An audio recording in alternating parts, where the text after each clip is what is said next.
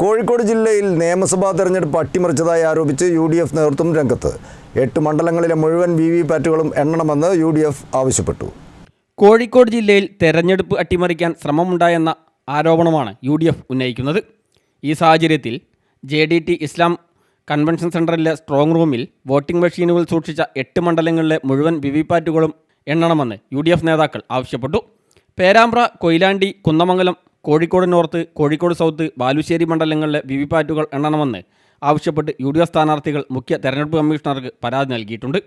മറ്റ് 2 മണ്ഡലങ്ങളിലെ സ്ഥാനാർത്ഥികളും പരാതി നൽകുമെന്ന് മുസ്ലിം ലീഗ് ജില്ലാ president MA Razak, DCC president K പ്രവീൺകുമാർ, മുസ്ലിം ലീഗ് ജില്ലാ ജനറൽ സെക്രട്ടറി TT ഇസ്മായിൽ എന്നിവർ പറഞ്ഞു. ഏപ്രിൽ 20-ന് JDTയിലെ സ്ട്രോങ് റൂം എന്ന് പേരെഴുതിയ മെറ്റീരിയൽ റൂമിൽ ഉദ്യോഗസ്ഥർ പ്രവേശിക്കുകയും സ്ട്രോങ് റൂം സ്ഥിതി ചെയ്യുന്ന കോമ്പൗണ്ടിലെ ഒരു മുറിയും തുറക്കരുതെന്ന തെരഞ്ഞെടുപ്പ് കമ്മീഷണറുടെ ഉത്തരവിന് ശേഷവും കൊയിലാണ്ടി മണ്ഡലം ഭരണാധികാരി സ്ട്രോങ് റൂമിന് സമീപം പ്രവേശിക്കുകയും ചെയ്ത സാഹചര്യത്തിലാണ് UDFിൻ്റെ പരാതി.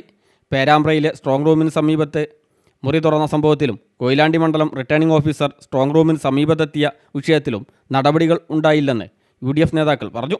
തെരഞ്ഞെടുപ്പ് അട്ടിമറിക്കാനുള്ള ശ്രമമാണിതെന്നാണ് UDF സംശയിക്കുന്നത്. കലക്ടറുടെ അനുമതിയോടെയാണ് സ്ട്രോങ് റൂമിന് സമീപത്തെ മുറി തുറന്നത്. ഇതിന്മേൽ നൽകിയ പരാതിയിൽ തുടർ നടപടികൾ സ്വീകരിക്കാത്ത കലക്ടറുടെ നടപടി അദ്ദേഹത്തിനുള്ള വിശ്വാസ്യത നഷ്ടപ്പെടുത്തി.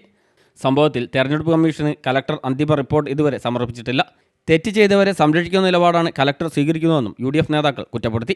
വോട്ടെണ്ണൽ പ്രക്രിയയിൽ നിന്നും ആരോപണ വിധേയരായ 2 ഭരണാധികാരികളെയും മാറ്റണമെന്നും UDF ആവശ്യപ്പെട്ടിട്ടുണ്ട്. ഇതുമായി ബന്ധപ്പെട്ട് കലക്ടർക്കെതിരെ നടപടി ആവശ്യപ്പെട്ടുള്ള UDF ഹർജി ചൊവ്വാഴ്ച കോടതി പരിഗണിക്കും. പേരാമ്പ്ര മണ്ഡലത്തിലെ സ്ട്രോങ് റൂമിന് സമീപത്തെ മുറി തുറക്കുകയും 3 മണിക്കൂറോളം ഉദ്യോഗസ്ഥർ അതിൽ ലാപ്ടോപ്പ്, മൊബൈൽ തുടങ്ങിയ ഉപകരണങ്ങളുമായി സമയം ചെലവഴിക്കുകയും ചെയ്തിട്ടുണ്ട്. ഇലക്ട്രോണിക് ഉപകരണങ്ങളുമായി 10ഓളം ഉദ്യോഗസ്ഥർ അകത്തേക്ക് പ്രവേശിച്ചത് സംശയത്തിനിടയാക്കുന്നതാണ്. ഇത്രയും മണിക്കൂറുകൾ അവരെന്താണ് അതിനുള്ളിൽ ചെയ്തതെന്ന് വിശദമാക്കണം. ഇതുമായി ബന്ധപ്പെട്ട് UDF സ്ഥാനാർത്ഥി ഫാത്തിമ തഹലിയ വിവരാവകാശ നിയമപ്രകാരം CCTV ദൃശ്യങ്ങൾ ആവശ്യപ്പെട്ടിട്ടുണ്ടെന്നും നേതാക്കൾ പറഞ്ഞു. ന്യൂസ് ഡെസ്ക് CTV പ്രാദേശിക വാർത്ത.